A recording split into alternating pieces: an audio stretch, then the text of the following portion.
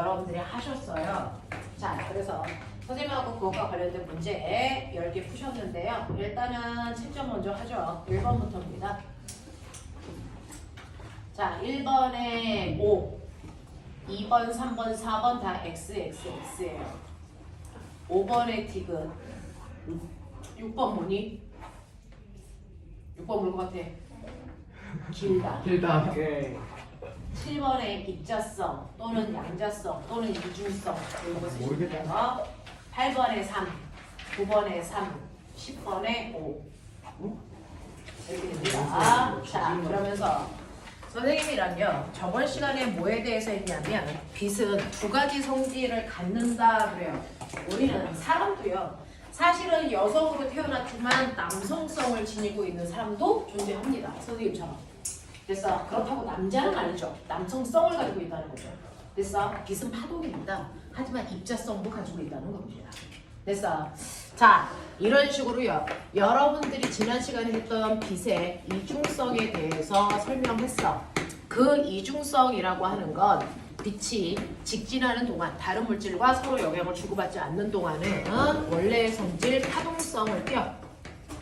그 파동성을 띈다는 걸 뭐로 실험했죠? 빛의 간섭 실험으로 실험을 했어요. 이 간섭 현상이라는 건 파동일 때만 나타나는 현상이기 때문에 빛의 간섭 실험을 통해서 빛이 파동이구나 라고 하는 거를 우리가 확인했단 말이죠. 됐어.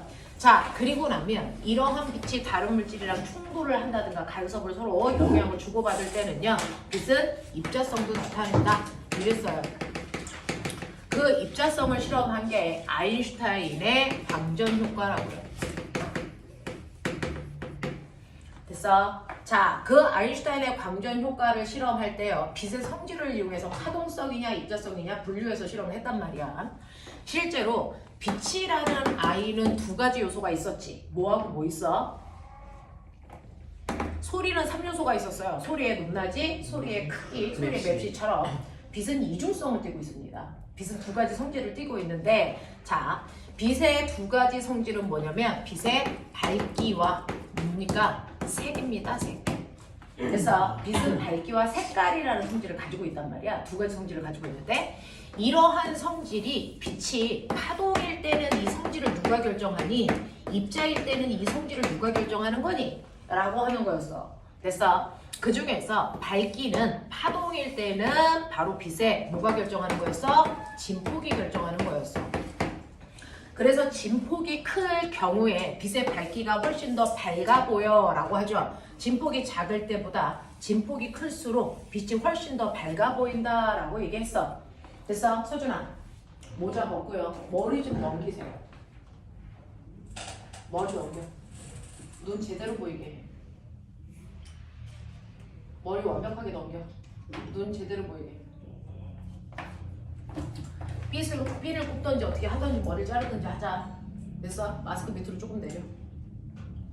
네, 뭔가 보여야죠. 서로 아이 컨택이 돼야죠. 모자 벗어. 응. 뭔가 보여야 될 거 아니야 서로. 자, 합시다. 그랬을 때 이 진폭이 빛의 밝기를 결정하는 거야. 그래서 진폭이 작을 때보다 진폭이 크면 훨씬 더 밝은 빛이야. 이런 느낌이었어. 파동일 때. 자, 그 다음에 이 빛이 입자일 때는 밝기는 뭐가 결정하니? 빛이 입자일 때 빛의 밝기는 진폭이 아니고 바로 입자수, 광자수가 결정하는 거야. 됐어? 그래서 빛의 입자가 1개 올 때는 흐린 빛이라면 빛의 입자가 1000개 오면 이건 밝은 빛이야 라고 한다. 그래서 이 빛이 파동일 때와 입자일 때 밝기를 결정하는 게 달라. 이거 가지고 아인슈타인이 됐어. 빛이 입자성을 띠고 있다는 걸 광자수로 설명한 거야. 진폭이 아니고 광자수였어 라고 하는 걸로 설명한 거야. 자, 근데 색깔은 파동일 때나 입자일 때랑 똑같아. 뭐였니? 이거 뭐였어? 진동수였어. 진동수. 둘 다 진동수였어. 그 중에서 빛의 삼원색이 뭐였지? 네 라고 하면 빨, 초, 파죠. 이 중에서 누구의 진동수가 큰 거니? 파란색. 파란색의 진동수가 큰 거죠. 되겠어? 네, 그래서 빛이 입자이거나 파동이거나 색깔은 진동수에 의해 결정되고요. 밝기는 됐어. 파동일 때와 입자성일 때 결정하는 인자가 달라. 이거 가지고 광전 효과를 설명해서 빛은 광자수에 의해서 밝기가 결정되지 진폭에 의해 결정되는 게 아니었어. 그러니까 이 순간에 빛은 입자여야만 돼 라고 하는 걸 설명한 거야.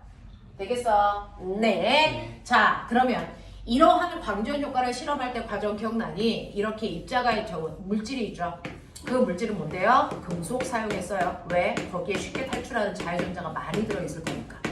됐지? 쉽게 탈출할 수 있는 자유전자가 많이 들어있는데 이 자유전자는 탈출하기 위해서는 최소한의 뭐가 필요하니? 에너지. 그 최소한의 에너지를 뭐라 그러니? 일함수. 되겠어? 금속마다 그 금속에서 탈출하기 위해서 필요한 최소한의 에너지가 있는데 그 탈출하기 위해서 필요한 최소한의 에너지를 우리는 일함수라고 해. 금속마다 다 달라. 됐니? 그러니까 여기에 있는 전자가요 10만큼의 에너지가 필요해 라고 하면 그 10이 바로 일함수인데요. 자, 빛이 에너지를 가지고 와. 빛 에너지. 됐어? 그 중에서 빨간빛은 에너지를 이만큼 가져와. 그럼 빨간빛을 먹은 전자는 탈출할 수 있다 없다? 없다. 알겠어? 근데 초록빛은 에너지를 얼마 가져오냐면 20 가져와. 이거 먹고 탈출할 수 있다 없다? 있다. 왜? 탈출하기 위해서 필요한 최소한의 에너지가 10이라고 가정한다면 20 먹으면 탈출할 수 있어. 맞아. 파란색 빛은 에너지가 얼마냐면 100 있다고 치자. 그럼 이거 먹고 탈출할 수 있어? 당연히 할 수 있어.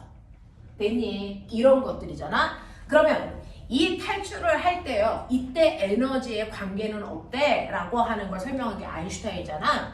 실제로 빛이 에너지를 가지고 오는데 빛 입자 하나가 가지고 오는 에너지를 우리는 광자가 가지고 있는 에너지라고 해서요. 광자 하나가 가지고 있는 에너지 어떻게 구해? 어떻게 구했어? 어떻게 구했어? HF. H가 뭐야? 플랑크 상수. 이건 상수값이야. 됐어? F는 진동수의 크기.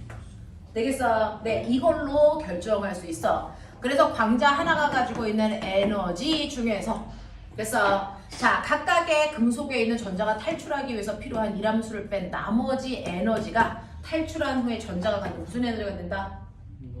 운동 에너지가 돼. 됐어? 그래서 예를 들어서 초록색 빛이라는 광자 하나가 가지고 있는 에너지가 20인데 탈출할 때 필요한 에너지가 10이야. 그러면 10만큼은 탈출할 때 쓰고 나머지 얼마? 10만큼의 에너지가 탈출한 후에 전자가 갖는 운동 에너지가 돼. 이런 느낌. 됐어? 자, 만약에 초록색 빛이 아니고 파란색 빛이라면 파란색 빛에 해당되는 광자 하나가 가지고 있는 에너지 100이야. 근데 금속에서 탈출할 때 필요한 일함수가 10이라면 탈출한 후에 에너지는 90만큼 필요해. 됐어? 90만큼의 에너지가 운동 에너지를 가지고 튀어나올 거야. 무슨 말인지 알겠어? 이런 거였어. 이런 거였어. 자, 그래서 이걸 가지고 운동 에너지로 우리는 함수식을 만들었어요. 됐죠? 그 함수식이 바로 요거. 됐니? EK는 뭐니? 원래 광자가 가지고 있는 에너지 얼마라고요? HF. 여기서 일함수 뺀 만큼이야. 이거 가지고 광전 효과와 관련된 함수 그래프를 그렸었죠. Y축이 운동 에너지. 됐어. 그 다음에 X축이 진동수. 되겠어? 네. 그러면 우리는 생각해야 되는 게 Y는 AX 플러스 B꼴로 만들었다는 얘기야. 맞니? Y 대신에 운동 에너지로 그 다음에 X 대신에 진동수로. 그러면 H는 뭐가 된다? 이 함수의 기울기가 된다. 됐어? 그리고 Y 절편이 바로 마이너스 1함수 값입니다. 자, 그러면 얘가 탈출하기 위해서 필요한 최소한의 에너지는 1함수만큼의 에너지야. 그 1함수만큼의 에너지를 갖는 진동수가 F0. 이걸 뭐라 해서? 탈출하기 위해서 필요한 최소한의 진동수. 그걸 뭐라 그런다고? 부터 진동수. 이렇게 부른다. 그리고 이 그래프의 기울기가 바로 됐어? 플랑크 상수라고. 이게 만약에 나트륨이라는 금속에서의 에너지 관계를 그린 거라면 칼슘이라는 아이는 이렇게 됐다고 치자. 되겠어? 네. 자, 이게 칼슘이라고 치자. 이때 그래프의 기울기 누가 더 커? 같아요. 같아야 돼. 상수값이니까. 됐어? 그러면 나트륨하고 칼슘 중에서 누구한테서 전자가 탈출하기 더 어렵다는 거야? 칼슘이요. 칼슘이요. 왜? 일함수 값이 훨씬 더 그래서 크기 때문에. 우리 일함수 값은 음수지만 절대값으로 봐야 되는 거죠.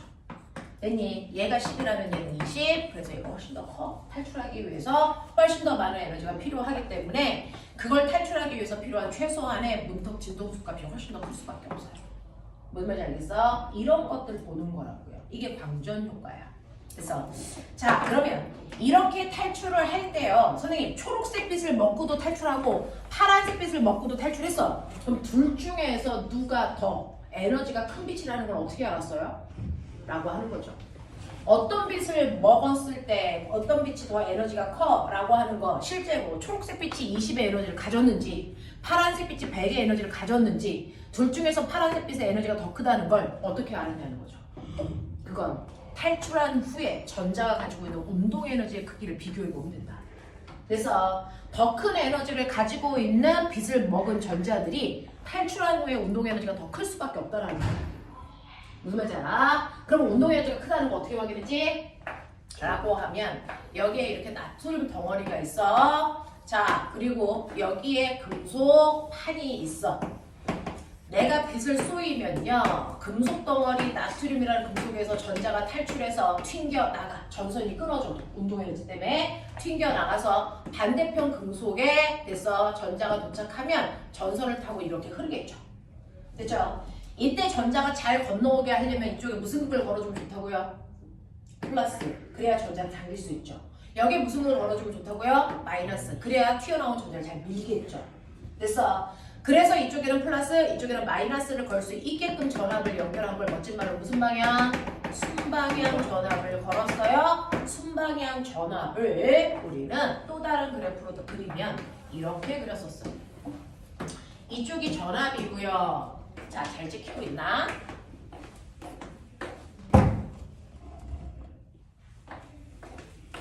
자, 이쪽이 전류라고 칠게요. 그 중에서 순방향 우리는 뭐로 표현해요? 플러스 전압. 플러스 1V, 플러스 2V, 플러스 3V처럼. 그래서 플러스를 써놓는 건 순방향으로 전압을 걸었어. 그래서 전자를 잘 당기고 있어. 이 뜻이야. 됐지? 자, 근데 전자가 못 오게 막는 방향으로 전압을 걸 수도 있어. 이쪽에 무슨 그? 마이너스. 이쪽에 무슨 그? 플러스. 그러면 전자가 건너오려고 그러면 오지마! 그러고 얘가 밀어. 맞아. 전자가 잘 오지 못하는 방향으로 건전지를 거꾸로 연결해. 이거 무슨 방향이라고 그랬어? 역방향 전압이라고 얘기하면 돼. 됐어. 자, 그래서 그 역방향 전압을 우리 마이너스 1V, 마이너스 2V, 마이너스 3V 이렇게 역방향으로 건전지를 증가시키는 거야. 그러면 건너오지 못하게 미는 힘이 세지는 거지. 됐어. 그랬을 때 운동 에너지 10만큼의 운동 에너지를 가지고 있는 초록색 빛을 먹은 전자는요 10만큼의 운동 에너지로 건너가려고 그러고 파란색 빛을 먹은 전자는 90만큼의 운동 에너지로 건너가려고 그래. 됐어. 네. 그러면 그 중에서 역방향 전압을 많이 걸면요 10이라는 운동 에너지를 가지고 있는 아이는 역방향 전압이 2V에서부터는 힘이 딸려서 건너오지 못해요. 되겠어? 네. 근데 90의 운동 에너지를 가지고 있는 파란색 빛을 먹은 전자는 운동 에너지가 더 크기 때문에 됐니? 자, 건전지 두 개를 역방향으로 걸어줘도 운동 에너지가 크기 때문에 그냥 건너와.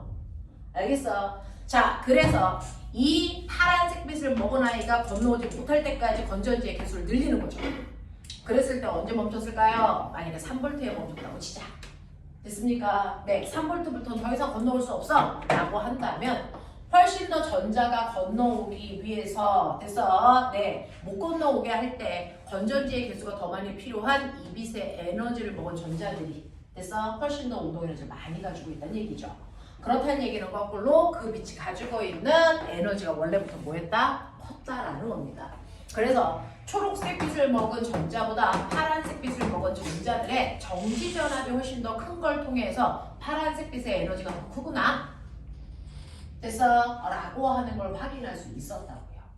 무슨 말인지 알아? 이렇게 되는 거야. 자, 근데 가로축은 그렇다면 두 개의 빛 중에 누구의 에너지가 더 큰지를 비교하는데 썼다면 세로에 해당되는 전류는 뭘까? 라고 하는 거죠. 세로 방향의 전류는요. 여기에서 건너오는 전자의 개수를 전류계로 측정한 거예요. 그래서 자, 그랬을 때 이게 바로 입자설과 그래서 입자설과 파동성 중에서 어떤 걸 설명할 수 있느냐를 보는 거예요. 자, 그래서 보시면 실제로 초록색 빛을 먹은 전자들은요 튕겨 나왔어. 됐어? 근데 흐린 초록색 빛을 먹은 아이는요 광자가 한 개 온다고요. 빛의 입자가 한 개와 그러면 빛의 입자가 한 개 오면 그걸 먹은 전자 몇 개가 탈출할 수 있어? 한 개가 탈출해. 그러니까 전류의 세기는 1A야. 됐어? 라고 생각한다면 자, 흐린 빛이 아니고 밝은 빛을 쏘여. 밝은 빛을 쏘였다는 얘기는 그 아이는 입자일 때 그 빛에 해당되는 광자수가 뭐하다는 거야? 많다는 얘기야. 그렇죠? 그러니까 빛입자가 한 개가 온 게 아니고 빛입자가 1000개가 온 거야. 그러면 1000개의 빛입자를 먹으면 전자는 몇 개 탈출할 수 있어? 1000개 탈출할 수 있어. 그래서 전자는 한 개가 빛입자 한 개를 먹거든요. 그럼 빛입자 1000개가 오면 전자 1000개를 먹여 살 수 있다는 얘기야. 그 전자 1000개가 모두 다 20의 에너지를 먹으면요 모두 다 탈출하겠죠. 그래서 탈출한 전자수가 1000개네. 그러니까 전류의 세기는 1000A네. 이런 느낌. 됐어? 그래서 흐린 빛을 쏘였을 때보다 밝은 빛을 쏘이면 탈출하는 전자수가 많아서 전류의 세기가 세죠. 됐어? 하지만 똑같이 초록빛을 먹었다면 1000개가 탈출하든 1개가 탈출하든 걔네들이 탈출한 후에 운동 에너지는 다 똑같이 10이야. 그러니까 걔를 건너오지 못하게 하기 위한 정지 전압의 크기는 초록색 빛은 다 똑같이 2V야. 전류가 세든 약하든 상관없이. 됐어? 자, 그러면 만약에 이게 빛이 입자가 아니고 파동이라면 어때? 라고 하면 너네가 알고 있는 것처럼 빛이 입자일 때는 그 입자의 에너지를 결정하는 건 HF, 진동수에 의해서 결정돼. 맞아. 근데 파동일 때는 진동수뿐만 아니라 파동일 때는 에너지를 결정하는 게 뭐였어? A제곱, F제곱으로 진폭도 에너지의 크기를 조절한단 말이야. 맞아. 자, 근데 그 진폭이 뭐야? 밝기였어. 맞지? 그러니까 내가 눈부신 초록색 빛을 비춘다면 에너지가 큰 빛이어야 정상이야. 파동이라면. 에너지가 큰 빛을 먹었다면 정지전압의 크기는 훨씬 더 뭐였어야 돼? 커졌어야 돼. 근데 흐린 초록색 빛이나 밝은 눈부신 초록색 빛을 먹어도 정지전압이 똑같다는 얘기는 그래서 밝기가 밝아져도 에너지의 크기가 변하지 않았다는 거잖아. 그러니까 이때의 빛은 그래서 파동성을 띠는 게 아니라는 거야. 입자성을 띈다는 얘기야. 됐어. 그래서 요거 두 개를 비교해서요. 우리는 빛이 파동성을 띠는 게 아니구나. 정지전압이 똑같네. 입자성을 띠는 거네. 알겠어? 진폭은 에너지의 크기를 조절하지 못했네. 라고 설명할 수 있었다고. 무슨 말인지 알아? 이렇게 되는 얘기들과 관련된 게 물투에 있는 빛의 입자성을 실험하는 거고요. 이건 물어내도 개념이 있었어요. 맞죠? 자, 그래서 보시면 여러분들이 가지고 있는 1번부터 쭉 채점했었거든요. 금속 표면에 빛을 비출 때 전자가 방출되는 현상을 방전 효과라고 당연히 합니다. 그렇죠? 자, 금속 표면에 파장이 특정한 값보다 긴 빛을 이라고 했는데 꼬맹아, 실제로 광자가 가지고 있는 에너지, 빛 에너지의 크기를 구할 때 우리는 HF라고 해서 진동수에 비례하는 에너지를 갖는다 그랬지? 네. 근데 우리가 파동 설명하면서 광속은 C는 F 남다라고 했어. 근데 광속은 항상 일정해야 되기 때문에 F 값이 커지면 남다 값이 뭐해지는 거야? 작아지는 거야. 됐어. 그래서 에너지가 커진다는 건 진동수가 커진다는 거고 파장은 뭐해진다는 거야? 짧아야 에너지가 크다는 얘기거든. 근데 여기서 파장이 뭐해줬다 그랬어? 파장이 길어진다 그랬어. 파장이 긴 빛을 쏜다는 얘기는 에너지가 작아졌다는 얘기야. 됐어? 무슨 말인지 알겠어? 자, 그래서 파장값이 긴 빛을 비추면 광전자는 튀어나올 수가 없어요. 에너지가 줄기 때문에. 됐어? 요 얘기를 한 거야. 그 다음에 세 번째, 단색광의 진동수가 같을 때라고 했습니다. 진동수가 같다는 얘기는 같은 색깔의 빛을 사용했다는 얘기입니다. 됐죠? 색깔이 같다는 얘기입니다. 자, 진동수가 같을 때 단색광의 세기가 증가하면, 됐죠? 단색광의 세기가 증가한다는 얘기는 밝기가 바뀐다는 얘기겠죠. 증가하면 방출되는 광전자의 운동 에너지는 증가합니까? 라고 했어요. 똑같이 초록빛이면요, 눈부신 초록색 빛이나 흐린 초록색 빛이나 탈출한 후에 운동 에너지는 변할 수 없어. 이 얘기한 거야. 그 다음에 광전 효과는 빛의 파동성을 이용해서 설명한 거야? 입자성. 아니죠. 입자성이죠. 알겠습니까? 네. 1번부터 4번까지는 실제로 완벽한 개념을 묻는 거야. 너네가 이 부분에서 틀리지 않게끔 노력하셔야 돼요. 됐죠? 자, 그 다음에 5번 보시면 진동수가 EF인 빛을 가질 수 있는 에너지를 보기에서 모두 고르세요 라고 합니다. 진동수가 EF인 빛을 가질 수 있는 에너지. 자, 진동수가 EF인 빛이 가질 수 있는 에너지는 얼마겠습니까? 라고 하죠. 진동수가 EF니까 에너지는 얼마겠어요? 당연히 얼마겠어요? EH. F여야 되겠죠. 그래서 네, 진동수가 EF인 빛이 가지고 있는 에너지를 보기에서 모두 고르세요 라고 했는데 원래는 EHF여야 정상이죠. 근데 이거는 광자가 몇 개일 때? 한 개. 그럼 광자가 두 개가 되면? 4H. 네, 두 배가 되죠. 그래서 4HF를 가질 수 있죠. 네. 근데 광자 수가 1.5개일 수 있니? 없어요. 이건 불가능하죠. 무슨 말인지 알아? 아, 네. 그 얘기하는 거잖아. 네. 네. 그래서 광자 하나가 갖는 에너지가 EHF니까 광자 하나일 때는 이거네. 그럼 광자가 두 개일 때 두 배 커지겠네. 4HF.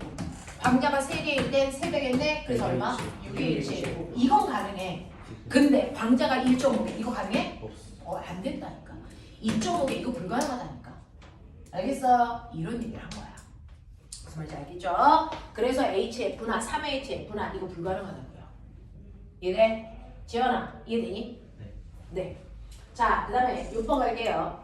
얇은 흑연판에 X선을 비출 때 X선, 산란된 X선의 파장은 입사한 X선의 파장보다 어때야 되니? 라고 하는 거예요. 그래서 흑연판에요. X선을 비추면 되죠? 네. 이렇게 흑연판에도 당연히 흑연이 뭐니? 탄소죠. 탄소 덩어리죠. 그럼 그 안에 뭐 있어요? 전자 있겠죠. 그러면 빛을 비출 때는요, 빛이 됐어 에너지를 가지고 있겠죠. 그랬다가 여기에 있는 전자랑 부딪히면 됐어 실제로 운동량 보존 법칙이 형성되거든요. 됐어. 네, 그걸 컴퓨터 효과라고 하는 게 하나 있어요. 컴퓨터 효과라는 게 있습니다.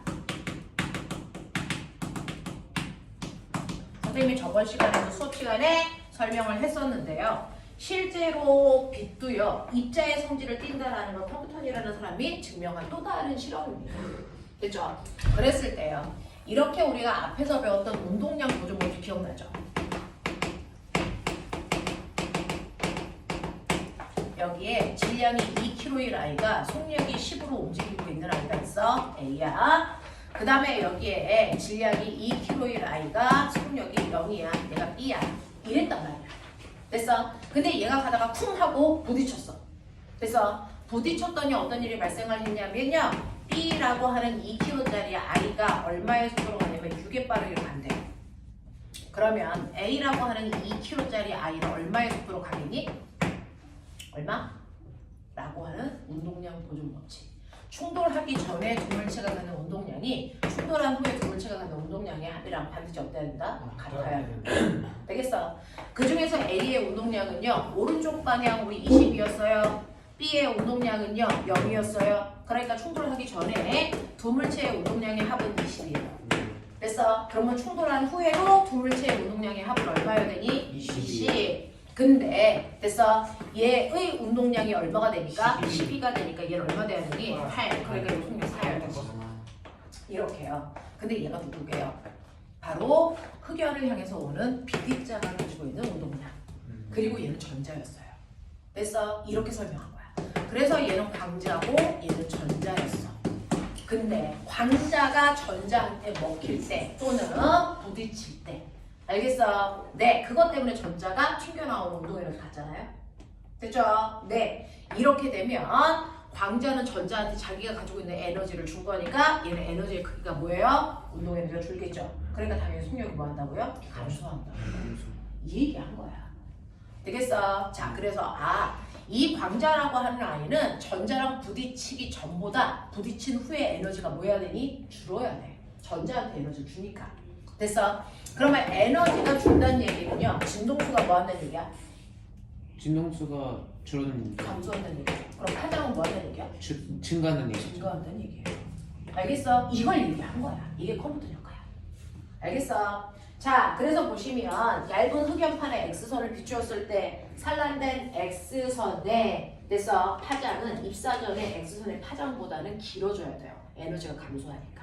그 얘기한 거야. 됐지? 자, 7번. 광전 효과와 컴퓨턴 효과의 빛은 무엇을 보여주는 대표적인 실험입니까? 라고 합니다. 광전 효과 뭐 보여주는 거야? 입자성. 빛이 있었죠. 네. 입자성. 그게 컴퓨터 효과랑 같은 거라고요. 근데 네. 이중성이나 네, 이중성. 그것도 돼요. 그래서 네. 대신에 파동성만 쓰지 않으면 된다고요. 그죠? 자, 8번 보시면 그림과 같이 금속과 검정기 위에 아연판을 올려놓고 진동수가 F0인 자, 작년 선배들이 했던 실험이 이겁니다. 작년 선배들이 했던 실험이 이거예요. 자, 그림과 같이 금속과 검정기 위에 아연판을 올려놓고 진동수가 F0인 단색광을 비췄더니 입자 A가 방출됩니다. 광전 효과가 일어났다는 얘기죠. 그럼 내가 비춰준 빛이 이 금속의 이람수보다 더 큰 에너지를 가지고 있었다는 얘기야. 맞죠? 자, 그래서 금속박이 벌어집니다. 라고 한다고요. 자, 이에 대한 설명으로 맞는 것을 찾아봐. 라고 하는데 빗 먹고 튀어나온 A가 누굴까요? 전자. 전자겠죠. 금속박은요, 그런 꼬맹아, 이렇게 원래는 검정기가 중성이었는데요. 빛을 쏘이고 나니까 여기 있던 전자들이 튕겨나갔어. 그럼 얘네들은 무슨 극을 뜨겠니? 플러스. 네, 전자를 잃었으니까 플러스 극을 뜨겠죠.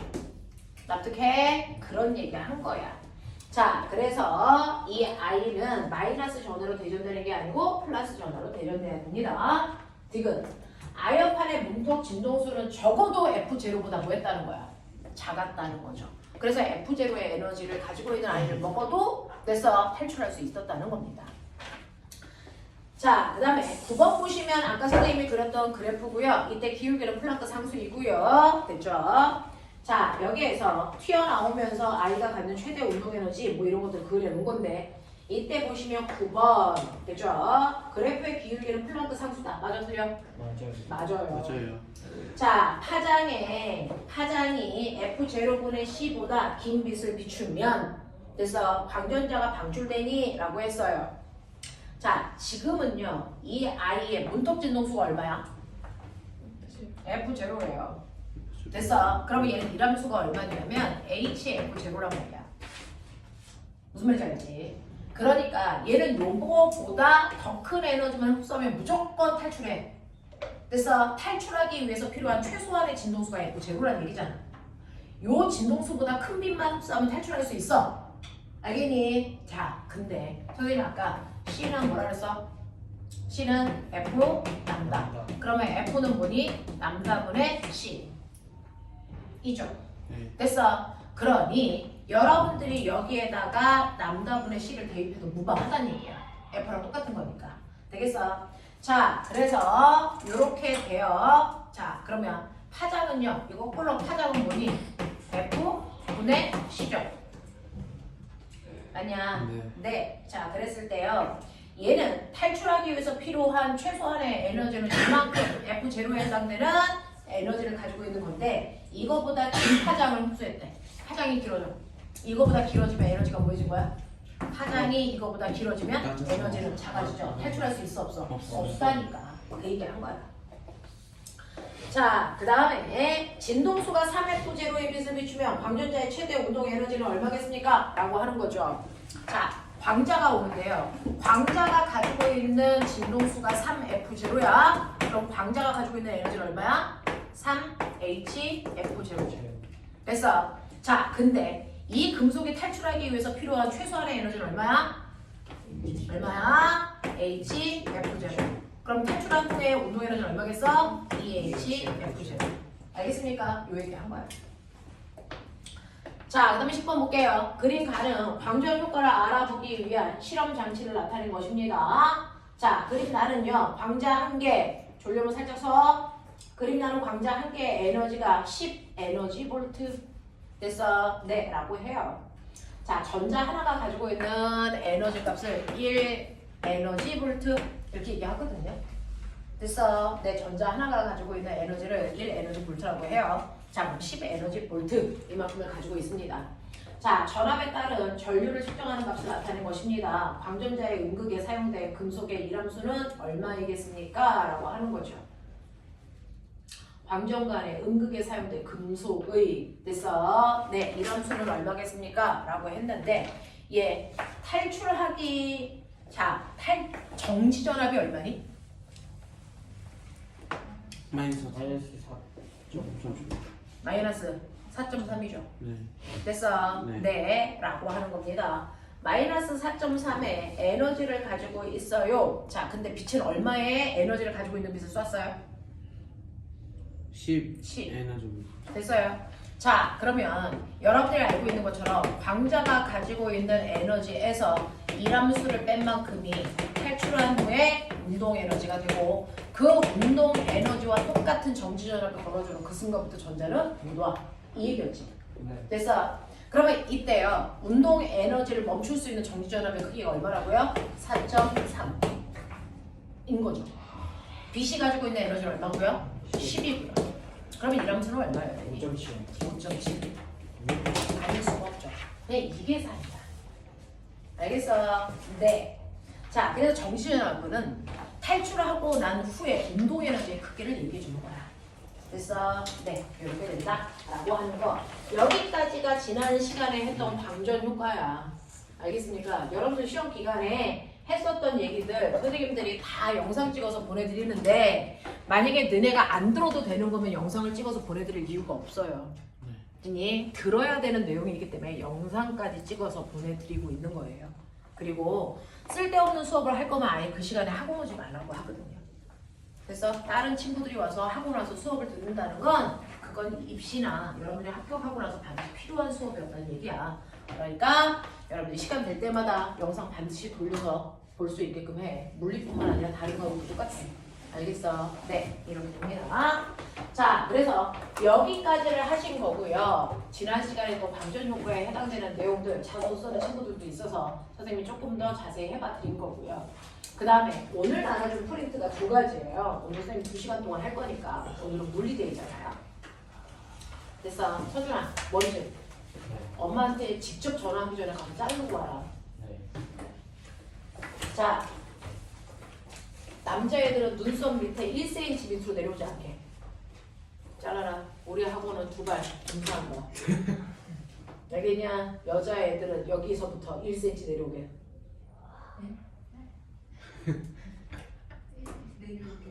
1cm만 내려오게. 국민학교예요? 그렇지.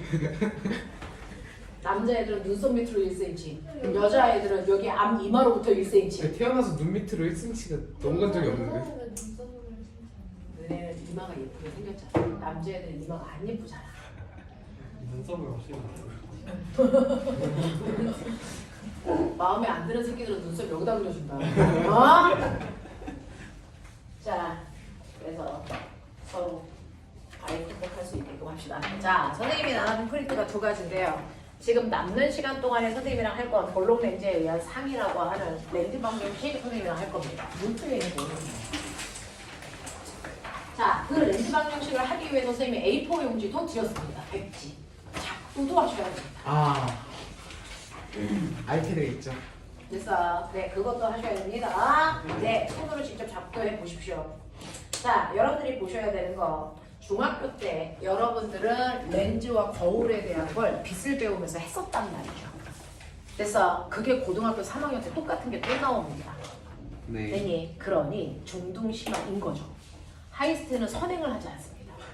중등심화를 하죠. 긍정적으로 받아들여. 그래서 네, 요즘 선행 금지인 거 알죠? 우리 선행하지 않습니다. 중등심화를 합니다. 네, 바람직하죠.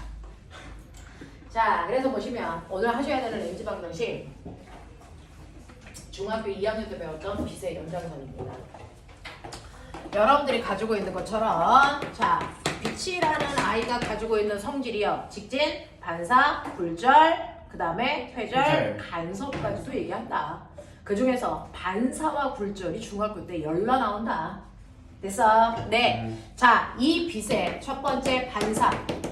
반사가 뭐니? 반사요. 이렇게 해라. 반사가 뭐니? 빛이 가다가 되돌아 나가는 되돌아 나오는 현상입니다. 됐죠? 이때 반사 법칙. 입사가 입사각과 반사각끼리는 항상 반드시 네. 같아야 된다. 아, 반사의 종류. 정반사와 전반사 아닌 거 알죠? 정반사죠. 정반사와 남반사입니다. 정반사가 일어나는 물질의 종류, 물질의 특징 어때야 된다? 표면이 매끄러워야 된다. 네. 대표적인 거 누구다? 거울. 거울이다.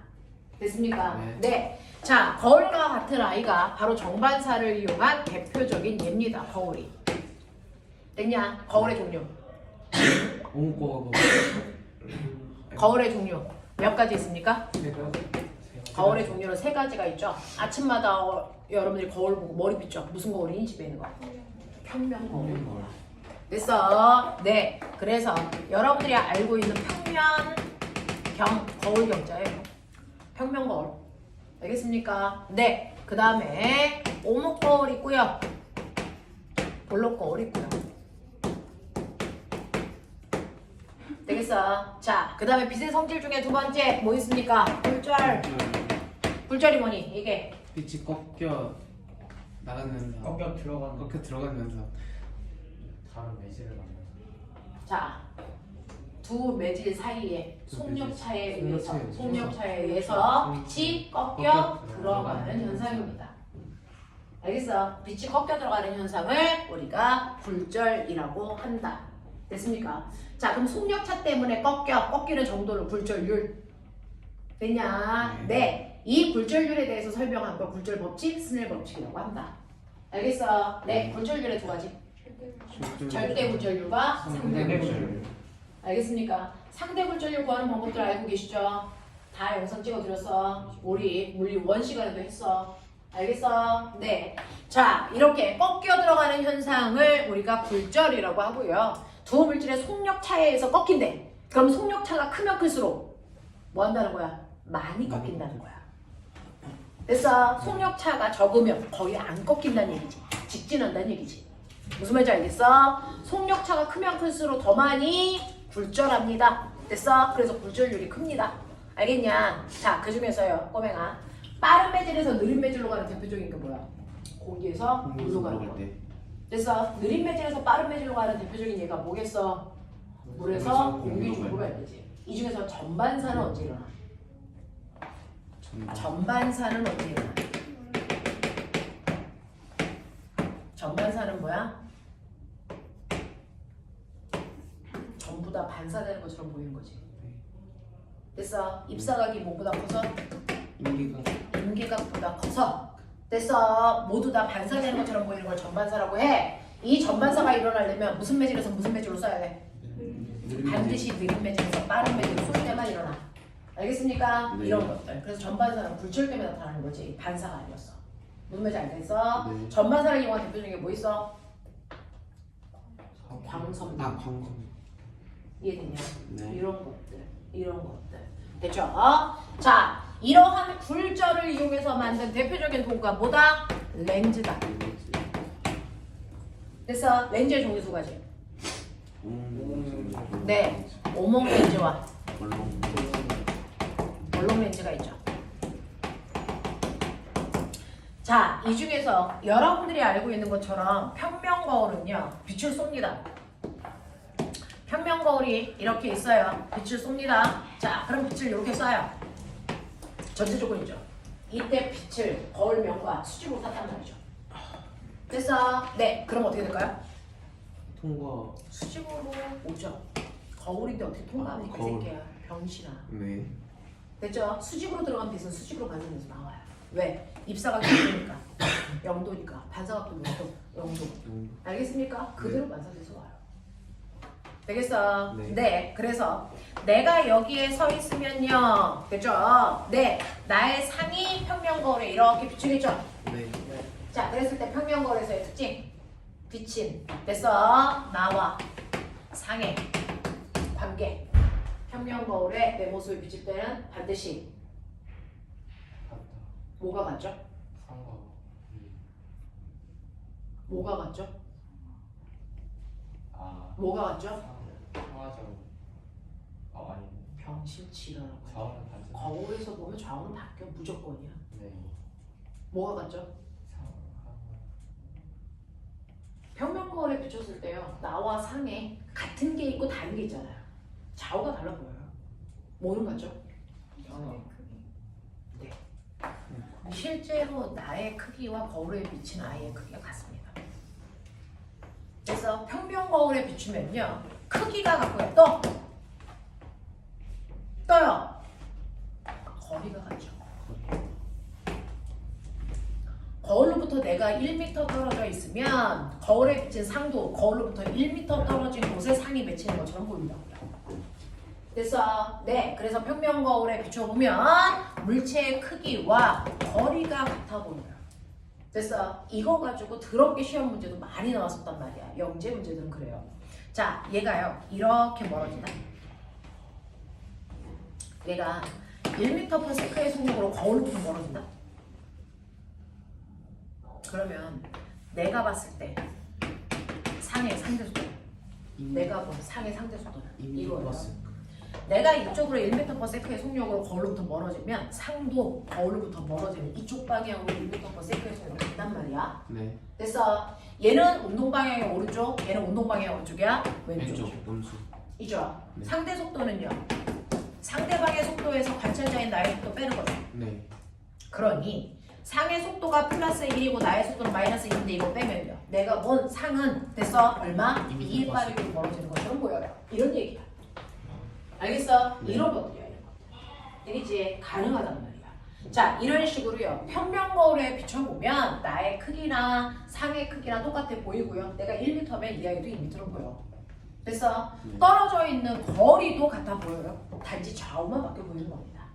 됐죠? 네. 근데 평면 거울이 아니고 오목 거울이나 볼록 거울로 보면 상의 크기가 달라 보여요. 그리고 상하도 달라 보입니다. 알겠어? 네. 네. 자, 이러한 현상들이 거울에서도 나타나고 렌즈에서도 나타나 그걸 가지고 우리가 상을 맺혀 보이게 할 건데 됐어? 자, 이때 여러분들 아세요? 오목 거울의 특징은 렌즈 중에 누구의 특징인 것 같다? 볼록 렌즈. 볼록 렌즈의 특징인 것 같습니다. 거울과 렌즈는 서로 반대의 성향을 띄어요. 됐죠? 그래서 오목 거울의 성질은 볼록 렌즈의 성질과 같습니다.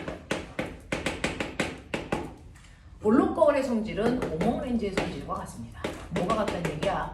라고 하면 빛을 모으니 퍼트리니 라고 하는 게 같아요. 됐죠? 여러분들 가끔 가다가요 햇빛이 비추면요 됐죠? 밑에 있는 종이를 태우고 싶어. 그럼 무슨 렌즈 가지고 태우지? 볼록 렌즈. 볼록 렌즈. 그게 돋보기죠. 그렇죠. 됐어? 그러니까 볼록 렌즈인 아이는 빛을 뭐하는 성질이 있다? 모으는 성질. 모으는 성질이 있는데 그걸 누구도 그렇습니까? 오목 거울도 그렇습니다. 그래서 성화, 최하 등 아세요?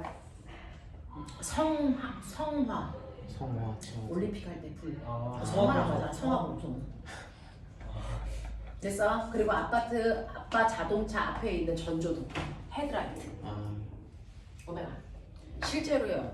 전조등 아빠 자동차 앞에 있는 전조등이요. 거기서 빗나가면 밤에 되게 밝죠. 네. 그 안에 얼마나 큰 전구가 들어있을까요?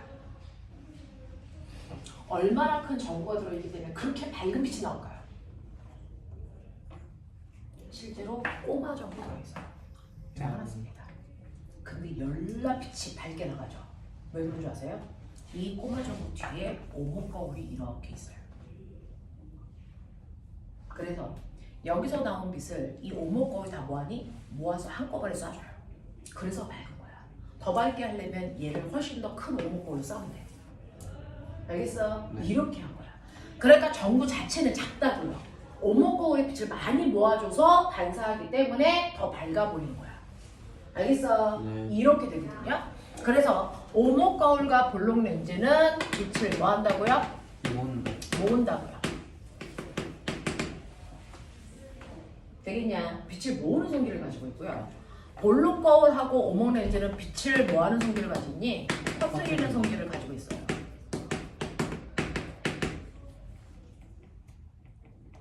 돼요? 자, 이걸 작도해 볼게요. 그 중에서요, 볼록 렌즈, 오목 렌즈, 렌즈로 작도해 볼 거니까 거울은 똑같습니다. 됐죠? 자, 그 중에서 볼록 렌즈를 이용해서 작도하는 게 가장 시험에 많이 나와. 왜? 얘네들의 상이 복잡합니다. 얘네들의 상은 하나도 복잡하지 않습니다. 됐어? 그래서 이거를 작도해 볼 수 있어야 되는데 실제로요, 렌즈든 거울이든 그거의 가운데를 지나는 됐어? 선을 그으면 이걸 우리는 광축이라고 불러. 광축을 그리는 거야. 됐어? 네. 그리고 빛이 모이는 지점을 우리는 멋진 말로 뭐라 그럴까요? 초점. 이렇게 부릅니다. 초점.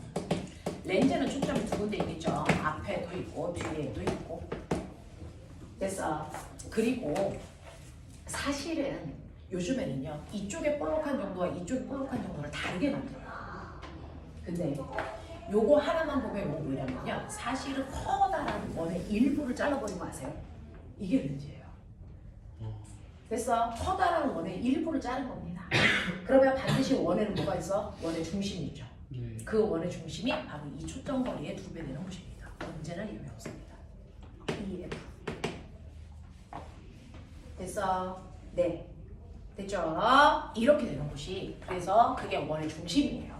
이것도 이 원의 중심으로부터 절반 되는 것이야. 됐어? 그래서 우리는 EF를 부심이라고 해요. 부의 중심. 됐어? 얘는 초점 이렇게 본단 말이에요. 요렇게 돼. 요렇게 돼. 자, 그랬을 때요, 어떤 물체가 있다고 치자.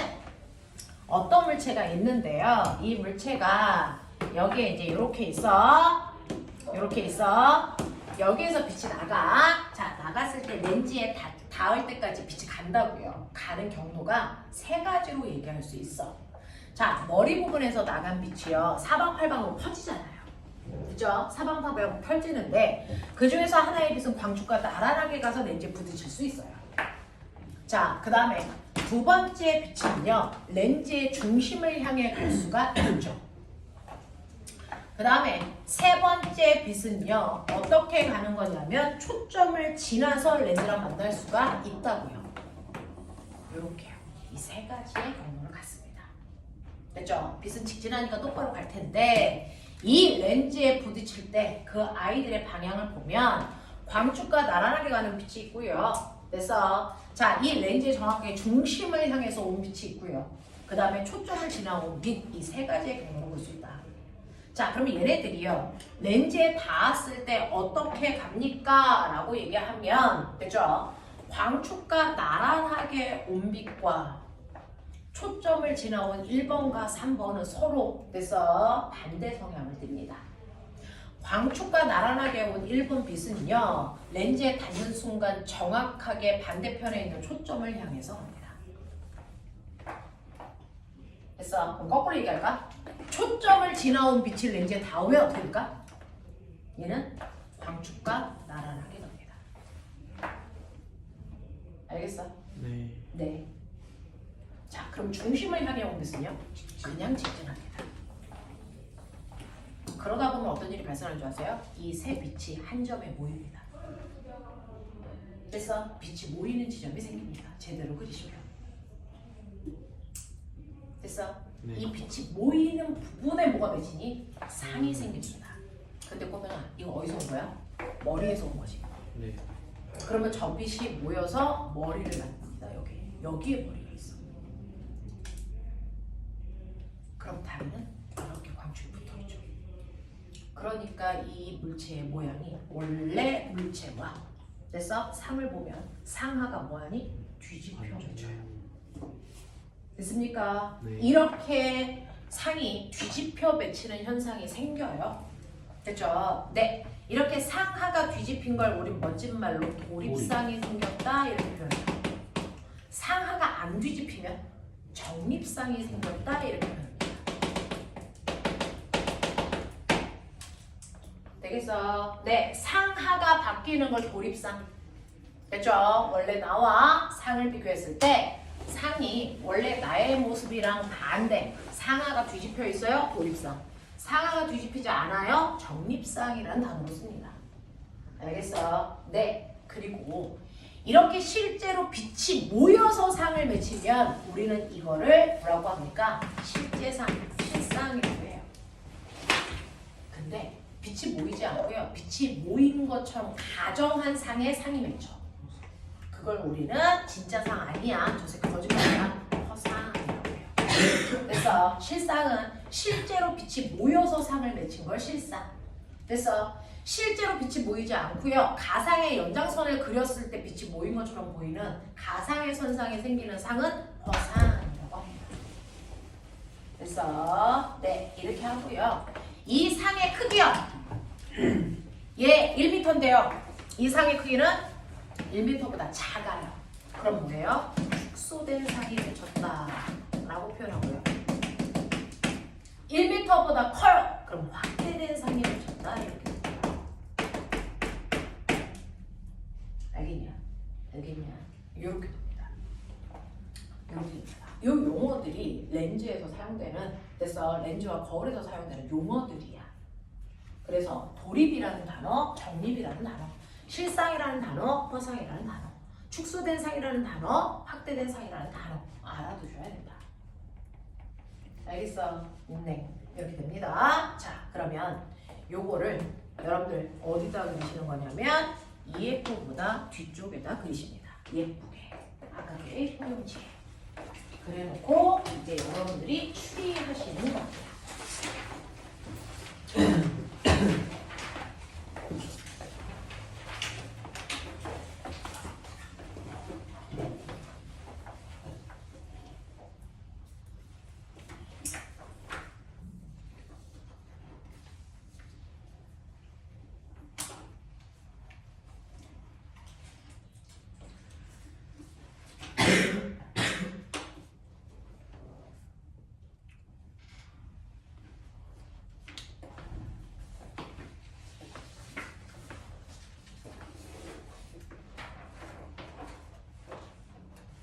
반듯반듯하게 제대로 그리십시오.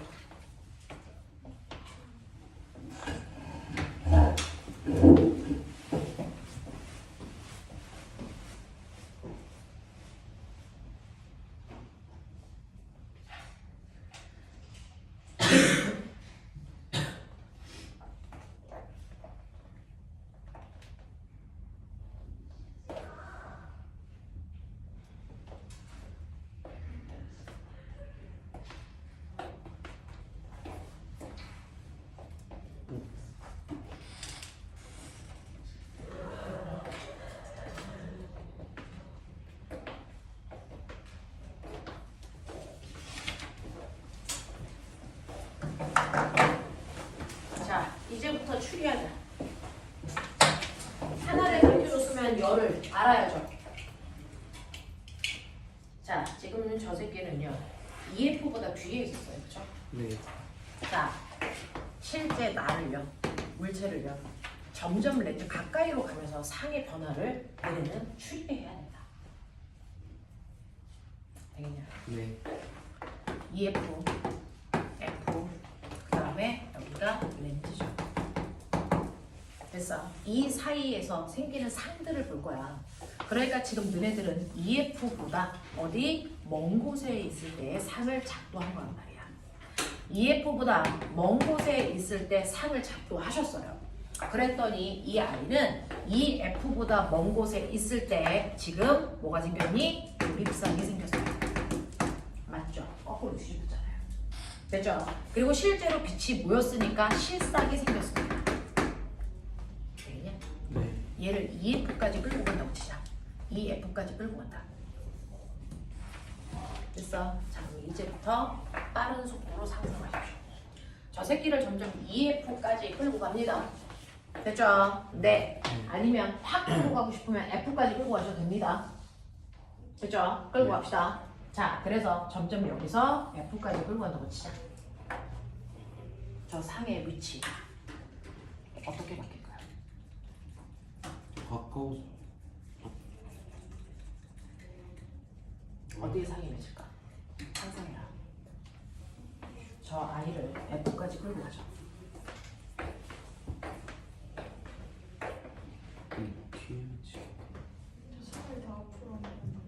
물체를. 그랬을 때 상의 위치가 지금보다 어떻게 바뀔까? 상상하라고. 선생님 그 근데 초점을 지나는 빛은 반대편 초점을 지나야 되는 거 같아요. 저 그려놨잖아요. 초점을 지나는 아이는 광축과 나란하게 간다고요.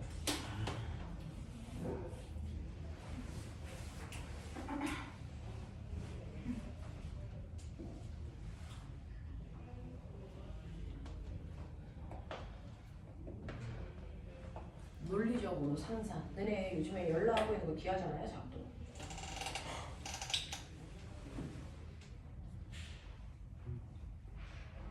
너 모르지지? 저게 어떤 규칙성을 가지니까 과학이겠죠?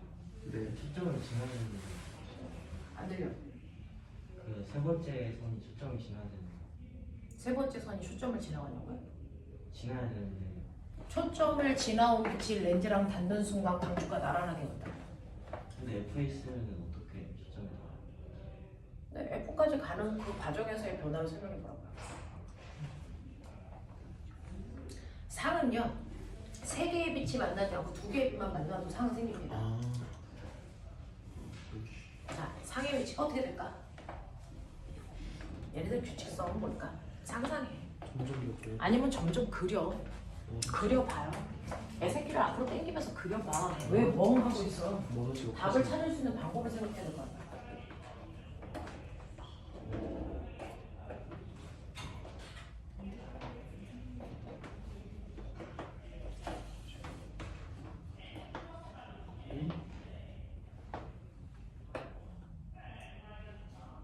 그래서 그림 정확하게 그려놔야 그래서 변화도 보여. 대충 그린 새끼들 안 보여.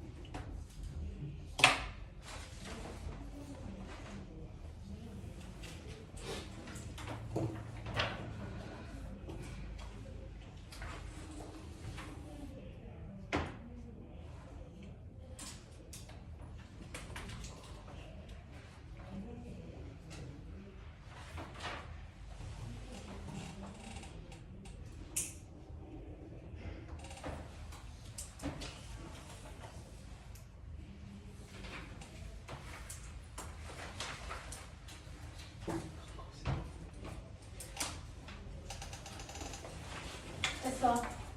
어떨 것 같냐? 지원 어떨 것 같아? 상이 점점 멀어지면서 상이 점점 렌즈로부터 뭐 한다고요? 멀어지면서 멀어져요? 그러면서 커져요? 자, 그랬을 때 상의 위치는 뭔가 규칙성이 있지 않아요? 이거요. 얘 점점 앞으로 당겨보세요. 앞으로 당겨보세요. 그랬을 때요. 1번 라인은 변화가 없어요. 네. 네. 이상한 2번 선이 어떻게 되는 줄 아세요? 얘가 중심을 지나가려면 더 경사가 보이지? 가팔라죠. 기울기가 기울기가 커지죠. 네. 기울기가 커집니다. 기울기가 커져요. 멀어지. 이렇게 되죠. 생이 커져. 그죠? 이렇게 되고 여기서 가면 어떻게 되니까 중심을 지나가야 되니까 이렇게 되죠. 더 됐죠? 네. 그러면 선을 세 개가 아니고 두 개만 그려보면 이 라인은 변화가 없다. 네. 이 라인은 변화가 없는데 점점 오면서 여기에 있는 2번 선의 기울기가 더 급해져요. 급해지면 어떻게 되니까 만나는 위치가 더 멀어집니다. 더 아래쪽을 따라가는데요. 정확하게 2선 라인을 따라갑니다. 1번 선. 됐죠? 그래서 상이 이렇게 갈 수밖에 없어. 네. 그러니까 당연히 크게 높아지니 커져요. 커지죠. 물체가 렌즈에 가까워질수록 상은 뭐해진다고요? 멀어진다. 그러면서 크기가 뭐해진다고요? 커져요. 그러면서 이 라인 그대로 따라갑니다. 이 라인은 변한 적이 없어요. 알아? 이 라인의 선을 그대로 따라가는 거야. 그래서 볼록 렌즈랑 그래서 물체가 가까워질수록 상은 커진다. 되겠습니까? 네. 커집니다. 근데 여전히 뭐합니까? 거꾸로 되어 있습니다. 그러니까 여기까지 오는 동안 도립상이 계속 생긴다고요. 빛이 모여서 실상이 생기는 거 맞습니다. 근데 가까이 갈수록 상의 크기가 뭐해진다고요? 커진다고요. 응? 그럼 상의 크기가 커져? 그러면 여기에서 어느 위치에서는 얘가 더 멀었다면 상은 어디에 생겼을까요? 이 라인 따라간다는 생각 여기에 생겼겠지. 네. 여기겠지. 요 구간은 실제 물체보다 크기가 뭘까요? 작아요. 작아졌지. 그래서 네, 축소된 상이었겠죠. 그랬다가 커지면서 확대된 상이 됐겠죠. 그러면 어떤 순간에는 정확하게 얘 크기와 얘 크기가 같아진 순간도 있었겠죠. 그것도 알고 싶죠? 네. 되게 정확하게 90. 90. 그래서 나의 크기와 정확하게 같습니다. 그래서 이거를 수식으로 증명해 드릴 거예요. 수식으로 증명해 드릴 거예요. 지금은 한 번은 작도해보고 네. 그래서 네. 그리고 나서 고등학교 올라가면 작도하지 않습니다. 공식으로 풀어요. 그걸 렌즈방 공식이라고 하는 거예요. 알겠어? 근데 눈치 챙기? 거기서 이렇게 풀어. 근데 이 새끼가 F에 있으면 어떤 일이 발생합니까? F에 있으면 도립이 다시 돌아오면 정립이 된다. 요 라인하고 요 라인 정확하게 뭐하냐? 평행인데. 그럼 빛이 모이니? 아니요. 이건 상이 안 생겨. 허상. 상 자체가 맺히지 않습니다. 화산이 어느 쪽으로 빛을 연장해도 절대로 만나는 선이 형성되지 않습니다. 그래서 오른쪽에서도 연장한 왼쪽에서도 만나지 않습니다. 그래서 물체가 초점에 있을 때 절대 상을 생기지 않습니다. 알겠습니까? 네. 이런 것들이 보여야 돼. 이게 너네가 해야 되는 영역이야. 네. 알겠어? 입시하는 애들한테 다 가르쳐줄 수도 없고요. 다 가르쳐줄 어차피 우리가 배운 부분을 벗어나는 창의적인 문제를 내기 때문에 아무리 다 한다고 해도 다 할 수 없어요. 그러니까 추리하셔야 돼요. 네. 알겠어요? 네. 네, 잠깐만 끊었다 갈게요. 와이프는 충전을 해줘.